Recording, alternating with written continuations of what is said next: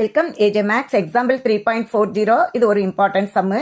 First determine the nature of fruits.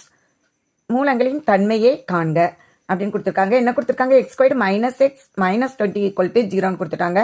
இது எப்படி இருக்குன்னா ax squared plus bx plus c equal to 0ங்கிற இருபடி சமன்பாட்டு வடிவத்தில் இருக்குது. அப்போ இதில் ஏங்கிறது எக்ஸ் ஸ்கொயர்டின் கேளு. அப்போ ஏங்கிறது இங்கே முன்னால் 1 இருக்குன்னு அர்த்தம். பி யாரு? -1. C equal to -20. ஓகேயா? இப்போ நமக்கு டெல்டா யாருன்னு தெரியும். டெல்டா தான் தன்மை காட்டி.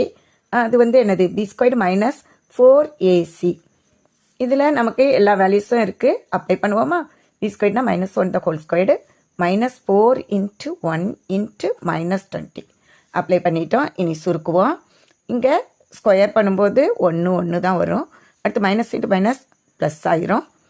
இங்கே 420 என்ன தான் வரும்? 80 வரும். ஓகேயா? ப்ளஸில் தான். அப்போ என்ன வருது? 81. டெல்டாங்கிறது 81ங்கிறது கிரேட்டர் தென் 0. அப்போ ரூட்ஸ் எப்படி இருக்கும்? நேச்சர் ஆஃப் த ரூட்ஸ் எப்படி இருக்கும்னா ரியல் அண்ட் அன்ஈக்குவலாக இருக்கும். அதாவது தமிழில் சொன்னோம்னா மெய் மற்றும் சமமில்லை அப்படின்னு சொல்லுவோம். ஓகேயா?